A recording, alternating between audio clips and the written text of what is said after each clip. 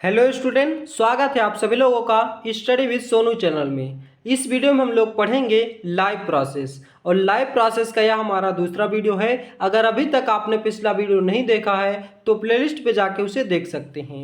आइए स्टार्ट करते हैं बिना देरी किए हुए। सबसे पहले पढ़ेंगे रेस्पायरेशन यानी कि श्वसन क्या होता है।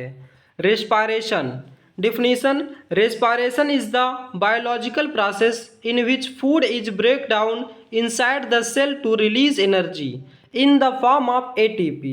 ATP का फुल फॉर्म हो जाएगा adenosine triphosphate. This energy is required for growth, movement, repair, production and all other life process.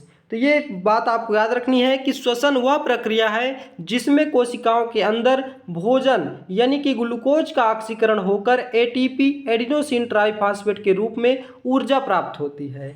यह ऊर्जा वृद्धि, गति, मरम्मत और प्रजनन तथा सभी जीवन प्रक्रियाओं के लिए आवश्यक होती है। ये आपका किसका फिगर है? माइटोकॉन्ड्रिया का। माइटोकॉन्ड्रिया को कोशिका का पावर हाउस यानी कि cell, power house of the cell कहा जाता है। ये पॉइंट आपको याद रखनी है। तो कोशिका पावर हाउस किसे कहा जाता है? Power house of the cell mitochondria को। कोशिका का पावर हाउस किसे कहा जाता है? माइटोकॉन्ड्रिया को। केमिकल इक्वेशन आप देख सकते हैं, glucose plus oxygen, carbon dioxide release होता है, कार्बन डाइऑक्साइड प्लस वाटर, और यहाँ पे एनर्जी एटीपी के रूप में रिलीज हो रही है। इंपॉर्टेंट पॉइंट्स याद रखने हैं कि श्वसन सभी जीवन क्रियाओं के लिए ऊर्जा प्रदान करता है और यह वृद्धि, गति, मरम्मत तथा प्रजनन के लिए आवश्यक होता है। It is essential for growth, movement, repair and reproduction और it occurs continuously in all living cell. यह सभी जीवित कोशिकाओं में निरंतर होता है। Mitochondria is the site of aerobic respiration and ATP production. Mitochondria वायवीय श्वसन तथा एटीपी निर्माण का मुख्य स्थान होता है। तो ये पॉइंट भी आपको याद रखने हैं। अब हम बात करते हैं टाइप्स ऑफ रेस्पिरेशन यानी कि श्वसन के प्रकार। इंपॉर्टेंट हो जाता है यहाँ से। एरोबिक रेस्पिरेशन क्या होता है? Aerobic respiration is the process in which glucose is complete break down into the presence of oxygen to release large amount of energy ATP. मतलब कि वायवीय श्वसन वह प्रक्रिया है जिसमें ऑक्सीजन की उपस्थिति में ग्लूकोज का पूर्ण ऑक्सीकरण होकर अधिक मात्रा में एटीपी प्राप्त होती है। ये आपका माइटोकॉन्ड्रिया का फिगर है। ये फिगर आपको एक कॉपी में बना लेना है। तो डिफिनीशन आपको याद रखनी है। Aerobic respiration is the process in which glucose is completely break down. Aerobic respiration एक ऐसा रेस्पिरेशन है जिसमें ग्लूकोज कम्प्लीटली ब्रेक डाउन होता है प्रेजेंस ऑफ ऑक्सीजन के प्रेजेंस में, और large amount of energy ATP के रूप में large number of amount of energy release करता है। तो क्लियर हो गया? ये फिगर आपको यहाँ पे बना लेना है और यहाँ पे एग्जाम्पल लिख देना है इस प्रकार से। Oxygen required, oxygen is required मतलब इसको एनर्जी के लिए ऑक्सीजन रिक्वायर्ड होती है। Complete oxidation of glucose occurs, glucose का पूर्ण ऑक्सीकरण होता है और product a large amount of energy, इसमें 36 to 38 एटीपी एनर्जी प्राप्त होती है। Takes place mainly the mitochondria, यह मुख्यतः माइटोकॉन्ड्रिया में होता है। Ends products are carbon dioxide and water, अंतिम उत्पाद कार्बन डाइऑक्साइड और जल होते हैं। ये पॉइंट आपको याद रखनी इंपॉर्टेंट हो जाता है, इसको भी आप लिख देंगे। अब हम बात करते हैं एनारोबिक रेस्पिरेशन, अवायवीय श्वसन। एरोबिक रेस्पिरेशन जो प्रेजेंस ऑफ ऑक्सीजन में होता है और anaerobic respiration not presence of oxygen, oxygen की उपस्थिति में नहीं होता, बस इतना याद रखना है। तो anaerobic respiration is the process in which glucose is partially break down into the absence of oxygen to release in small amount of energy. वहाँ पे जो एरोबिक रेस्पिरेशन में ग्लूकोज कंप्लीटली ब्रेक डाउन होकर के ऑक्सीजन के presence में large number of amount of ATP का निर्माण होता था, और यहाँ पे क्या है? Presence of oxygen and oxygen, absence of oxygen मतलब ऑक्सीजन के अनुपस्थित में release small amount of energy, बहुत कम इसमें ऊर्जा निकलती है। तो अवायवीय श्वसन वह प्रक्रिया है जिसमें ऑक्सीजन की अनुपस्थिति में ग्लूकोज का आंशिक ऑक्सीकरण होकर कम मात्रा में ऊर्जा प्राप्त होती है। ये पॉइंट आपको याद रखना है। यहाँ से आप क्या कर सकते हैं कि एग्जाम्पल लिख सकते हैं और कैरेक्टरिस्टिक्स इसकी आपको लिख लेना है। ऑक्सीजन इज नॉट रिक्वायर्ड, इसमें ऑक्सीजन की कोई रिक्वायर्ड नहीं होती है। Partially oxidation of glucose occurs, glucose का आंशिक ऑक्सीकरण होता है और produces a small amount of energy 2 ATP, और इसमें लगभग 2 ATP के बराबर मतलब एनर्जी रिलीज होती है। Occurs in yeast muscles cell during various exercise, मतलब यह ईस्ट तथा कठिन व्यायाम के समय मांसपेशियों की कोशिकाओं में होता है। End products are ethanol and carbon dioxide are lactic acid, इसके अंतिम उत्पाद ईस्ट में एथेनॉल व कार्बन डाइऑक्साइड तथा मांसपेशियों में लैक्टिक एसिड यानी कि लैक्टिक अम्ल होता है। मोस्ट इंपॉर्टेंट था। अब हम बात करते हैं difference between aerobic and anaerobic respiration. यहाँ से भी आप डिफिनीशन बना सकते हैं दोनों की अलग अलग, जब आपको डिफरेंस पता होगा। एग्जाम में पूछा जाता है, मोस्ट इंपॉर्टेंट कर लीजिएगा। Difference between aerobic and anaerobic respiration.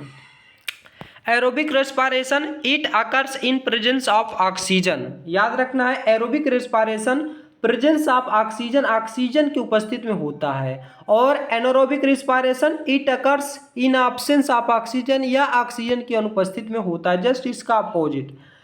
Glucose is completely break down oxidized, यहाँ पे ग्लूकोज का पूर्ण ऑक्सीकरण होता है। यहाँ पे एनारोबिक में ग्लूकोज इज पार्शियली ऑक्सीडाइज्ड, यहाँ पे ग्लूकोज का आंशिक रूप से ऑक्सीकरण होता है, मतलब कि बहुत कम।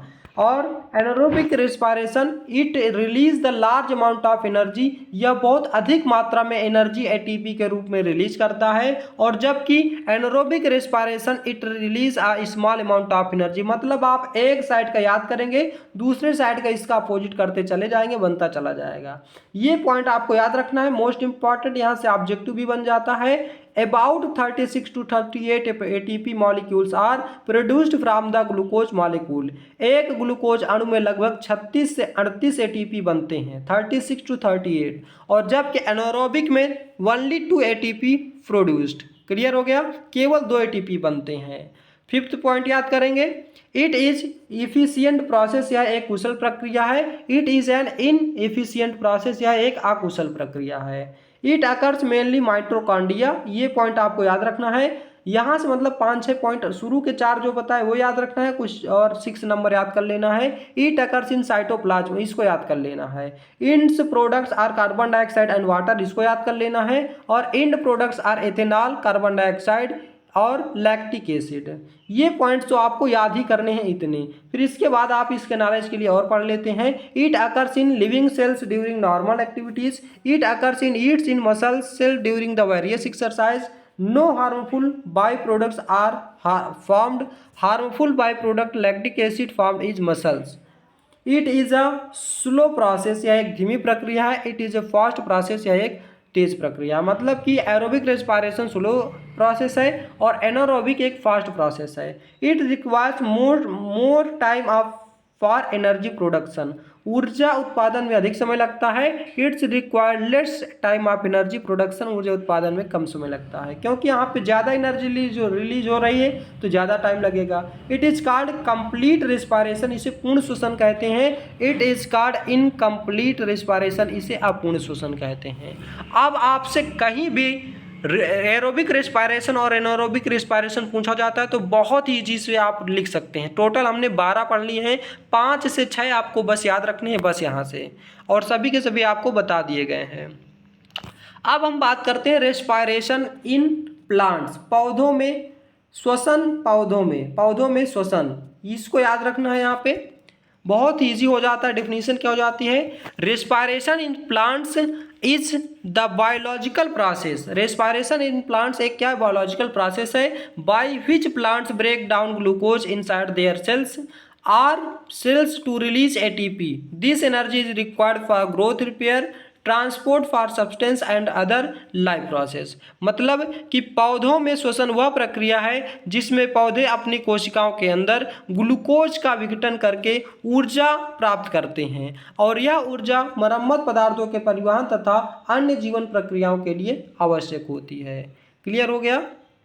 तो respiration is in the plants is the biological process, एक प्रकार का बायोलॉजिकल प्रोसेस है, by which plants break down glucose inside their cells to release energy, this energy required for growth, repair, transport, for substance and other life process. Clear हो गया। अब हम बात करते हैं रेस्पायरेशन इन रूट्स।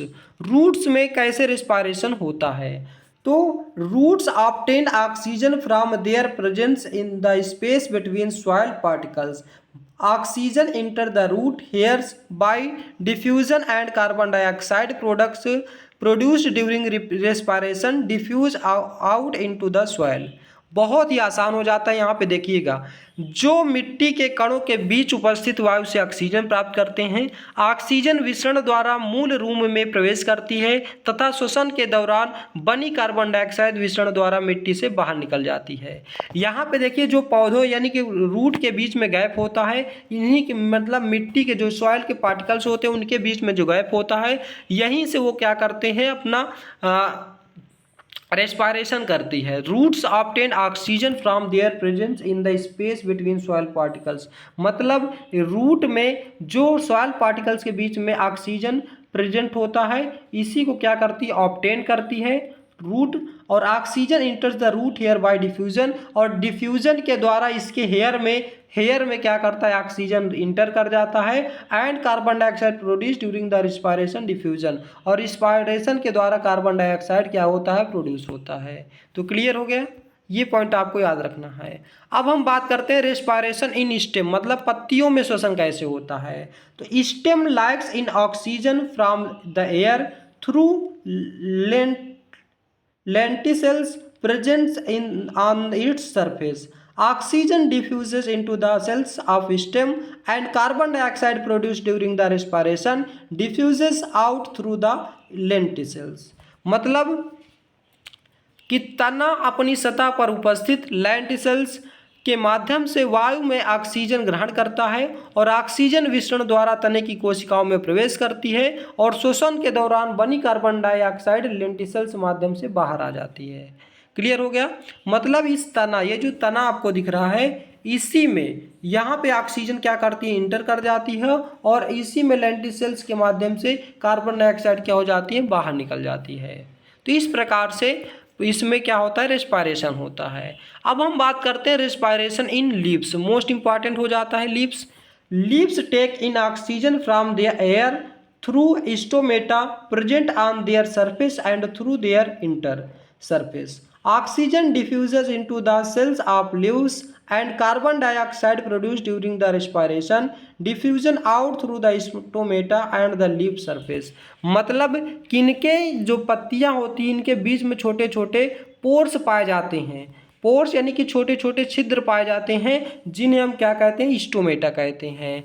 इन्हीं के द्वारा ऑक्सीजन प्रवेश करती है और कार्बन डाइऑक्साइड बाहर निकलती है। इसी प्रकार से लोग क्या करते हैं, अपना रेस्पायरेशन करते हैं। पत्तियां अपनी सतह पर उपस्थित रंध्रों तथा पूरी सतह के माध्यम से वायु में ऑक्सीजन ग्रहण करती हैं और ऑक्सीजन विसरण द्वारा पत्ती की कोशिकाओं से प्रवेश करती है तथा श्वसन के दौरान बनी कार्बन डाइऑक्साइड रंध्रों तथा पत्ती की सहायता से या पत्ती की सतह के माध्यम से बाहर निकल जाती है। अब हम बात करते हैं रेस्पायरेशन इन ह्यूमन बींग्स, मतलब मनुष्य श्वसन कैसे करते हैं, ये तो आपको पता ही होगा, बस आपको यहाँ पे थोड़ा सा कंसंट्रेट होके देखना है, बस हो गया। Respiration in human beings. Respiration in human beings, human is the process by which oxygen enters the lungs and is transported to all body cells where glucose is break down into the release energy ATP.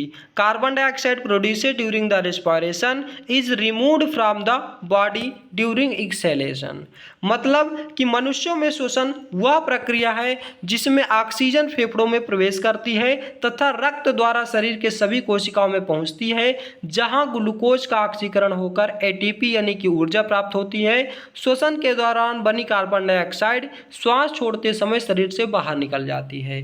Process बहुत आसान है, हम mouth या नाक से nostril से क्या करते हैं, ऑक्सीजन को ग्रहण करते हैं और यह हम सांस लेते हैं तो जब जो हमारा ब्लड होता है इसके थ्रू ऑक्सीजन सभी बॉडी पार्ट्स में पहुंच जाता है, लंग्स में, और ट्रैकिया के माध्यम से लंग्स में पहुंच जाता है, यानी कि सभी जगह पहुंच जाता है। इसके बाद जब हम ऑक्सीजन मतलब सांस को छोड़ते हैं, ऑक्सीजन इनहेलेशन, तो वहाँ पे कार्बन डाइऑक्साइड इससे बाहर निकल जाता है। बहुत ही सिंपल प्रोसेस है, आपको याद रखना है। तो रेस्पिरेशन इज द ह्यूमन, बहुत ही मोस्ट इंपॉर्टेंट भी है, ये आपको याद रखना है, आपको इंपॉर्टेंट भी बताते चल रहे हैं।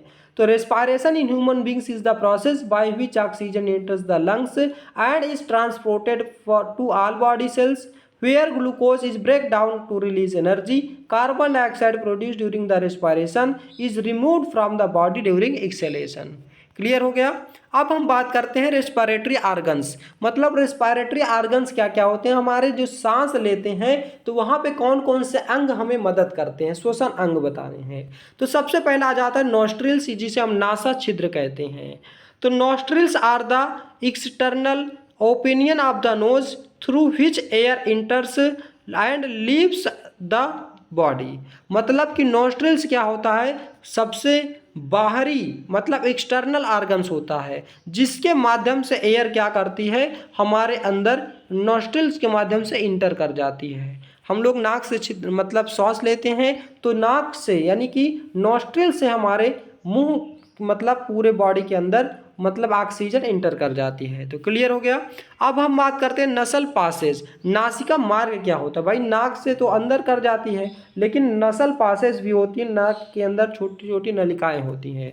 तो the nasal passage filters warms and moistens the inhaled air before it reaches the lungs. देखिए जो नाक होता है वहाँ पे छोटे छोटे हेयर पाए जाते हैं। तो हेयर क्या करते हैं, एयर को क्या करते हैं, फिल्ट्रेशन का काम करते हैं, एयर को फिल्टर करते हैं। तो एयर को फिल्टर करते हैं तो फिर इसके माध्यम से जो हमारा एयर होता है लंग्स तक पहुंच जाता है। तो वही चीज़ यहाँ पे लिखा हुआ है कि नासिका मार्ग श्वास द्वारा ली गई वायु को फेफड़ों तक पहुंचने से पहले छानता है, गर्म करता है तथा नम बनाता है।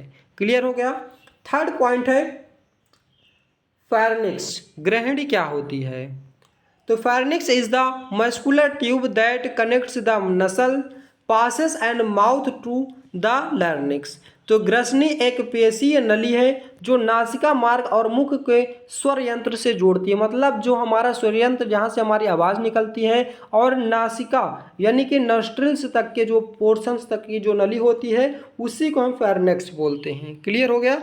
ये आपको याद रखना। ये हमारा क्या है यहाँ पे, ये हमारा है यहाँ पे ट्रैकिया, मतलब कि जहाँ से हम लोग बोलते हैं। तो यहाँ से लेकर के और यहाँ तक की जो नली होती है इसी को हम लोग क्या बोलते हैं, फेरिंक्स बोलते हैं, ग्रसनी बोलते हैं। क्लियर हो गया। अब हम वो पढ़ते हैं लैरिंक्स। लैरिंक्स क्या होती है, स्वर यंत्र। स्वर यंत्र यानी कि जहाँ से हम लोग बोलते हैं, आवाज़ जहाँ से हमारी निकलती है, इसे वॉइस बॉक्स भी कहते हैं। तो larynx is the cartilaginous structure presence at the top of the trachea. It contains vocal cords which helps in the production of sounds.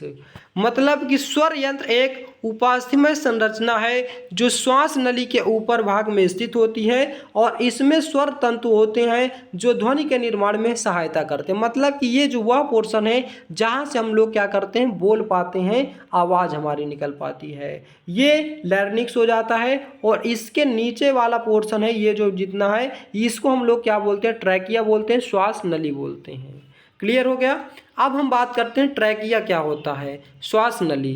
तो अभी जो हमने पढ़ा, trachea is a long muscular tube that carries air from the larynx to bronchi. मतलब कि श्वास नली एक लंबी मसल नली होती है जो लैरिंक्स से वायु को ब्रोंकियाई तक पहुंचाती है। तो क्लियर हो गया। ये हमारे क्या पोर्शन हो जाते हैं, ब्रोंकियाई हो जाते हैं। और ये ट्रैकिया क्या करती है, यहाँ से क्या करती है, एयर को पुश करती है और ये ब्रोंकियाई तक क्या करती है, एयर को पहुँचाने का काम करती है। क्लियर हो गया। अब हम बात करते हैं 6 पॉइंट लंग्स, यानी कि फेफड़े क्या होते हैं। तो lungs are a pair of spongy organs where exchange of gases oxygen and carbon dioxide take place. तो फेफड़े स्पंजी जैसे अंगों की एक जोड़ी होती है जहां ऑक्सीजन और कार्बन डाइऑक्साइड का आदान प्रदान होता है। तो क्लियर हो गया। Lungs are the pair of spongy organs where exchange of gases. Lungs मतलब एक प्रकार के स्पॉन्जी मतलब कि बहुत मुलायम ऑर्गन्स होता है जो क्या करता है, गैसेस ऑक्सीजन और कार्बन डाइऑक्साइड को एक्सचेंज करता है। क्लियर हो गया, आदान प्रदान करता है। अब हम बात करते हैं ब्रीथिंग मैकेनिज्म। श्वसन की प्रक्रिया होती है। इनहेलेशन मतलब जो हम लोग सांस अंदर की ओर लेते हैं उसी को इनहेलेशन बोला जाता है, और जो हम लोग सांस को छोड़ते उसे एक्सहेलेशन बोला जाता है। तो inhalation is the process of taking air into the lungs. During inhalation the diaphragm contracts the move downwards. The rib cage moves upward and the outwards. As a result of volume of the chest cavity increase, pressure decreases and air reaches into the lungs. बहुत most important हो जाता है, यहाँ से objective बन जाते हैं। यहाँ से डायरेक्ट पूछ लेता है कि जब आप इनहेलेशन यानी कि श्वास अंदर लेते हैं तो क्या होता है, मतलब डायफ्राम ऊपर जाता है कि नीचे होता है, या रिप केज मतलब अपवर्ड होता है कि डाउनवर्ड होता है। तो ये पॉइंट्स आपको याद रखने हैं। तो श्वास लेना वह प्रक्रिया है जिसमें वायु फेफड़े में प्रवेश करती है। इस दौरान डायफ्राम संकुचित होकर के नीचे की ओर चला जाता है, पसलियां ऊपर की ओर यानी कि बाहर की ओर उठती हैं। इससे वक्ष गुहा का आयतन बढ़ जाता है, दबाव कम हो जाता है और वायु फेफड़ों में प्रवेश करती है। तो ये क्लियर हो गया। अब हम बात करते हैं एक्सहेलेशन यानी कि श्वास छोड़ना। Exhalation is the process of expelling air out of the lungs. During exhalation, the diaphragm releases and moves upwards. The rib cage moves downward and inwards. As a result, the volume of chest cavity decreases, pressure increases and the air forces out of the lungs. ये points आपको याद रखना है, बहुत important हो जाता है। श्वास छोड़ना वह प्रक्रिया है जिसमें वायु फेफड़ों से बाहर निकलती है। इस दौरान डायफ्राम शिथिल होकर के ऊपर की ओर चला जाता है, पसलियां नीचे अंदर की ओर आती हैं। इससे वक्ष गुहा और आयतन कम हो जाता है, दबाव बढ़ जाता है और वायु फेफड़ों से बाहर निकल जाती है। ये आपको फिगर आपको याद रखना है, मतलब फिगर नहीं बनाना होता, ये रिजल्ट आपको याद रखना है। यहाँ पे volume increases, pressure decreases and air इंटर्स, और यहाँ पे इसको भी आपको याद रखना है। तो क्लियर हो गया। अब हम बात करते हैं रेस्पिरेशन इन एनिमल्स, प्राणियों में श्वसन। तो दो प्रकार से हो जाता है, इन यूनिसेलुलर यानी कि एक कोषीय प्राणी और मल्टी सेलुलर यानी कि बहुकोषीय प्राणी। तो पहले यूनिसेलुलर पढ़ लेते हैं। Unicellular animals do not have special respiratory organs, मतलब यूनिसेलुलर ऑर्गन एनिमल्स के पास कोई स्पेशल रिस्पिरेटरी ऑर्गन्स नहीं होता। They take in oxygen directly through their cell membrane from the surrounding waters and release carbon dioxide in the same way. इसी प्रकार से multicellular animals have special respiratory organs और systems for respiration. They takes in oxygen from air. These organs oxygen transported the body cell through the blood and carbon dioxide produced in the cell removed from the body।